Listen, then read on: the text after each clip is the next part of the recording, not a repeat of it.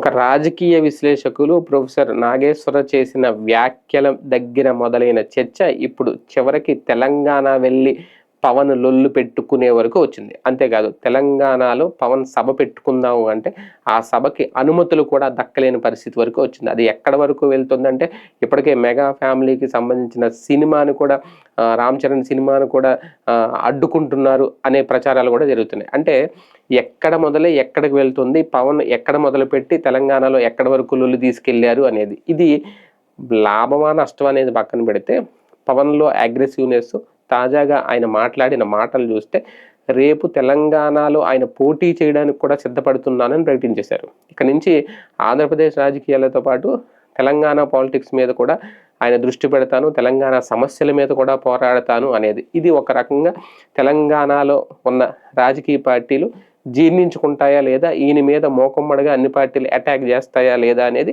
ఖచ్చితంగా అక్కడ రాజకీయ పరిస్థితులు చూస్తే అర్థమవుతుంది. ఎందుకంటే నిన్నే కవిత కీలక వ్యాఖ్యలు చేశారు.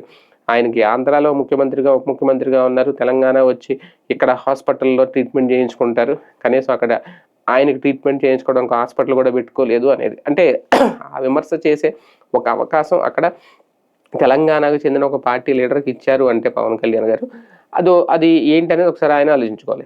అదే నేపథ్యంలో ఇప్పుడు తెలంగాణ రాజకీయాల్లోకి ఆయన ఎంట్రీ ఇవ్వడం అంటే ఒక ఇష్యూ మీద ఎప్పుడైతే తెలంగాణ ఉద్యమకారులు, తెలంగాణ వాదులందరూ ఒక తాటి మీదకి వచ్చారో ఆటోమేటిక్గా పవన్ కళ్యాణ్ మీద ఒక వ్యతిరేకత అయితే పెరిగిపోయింది.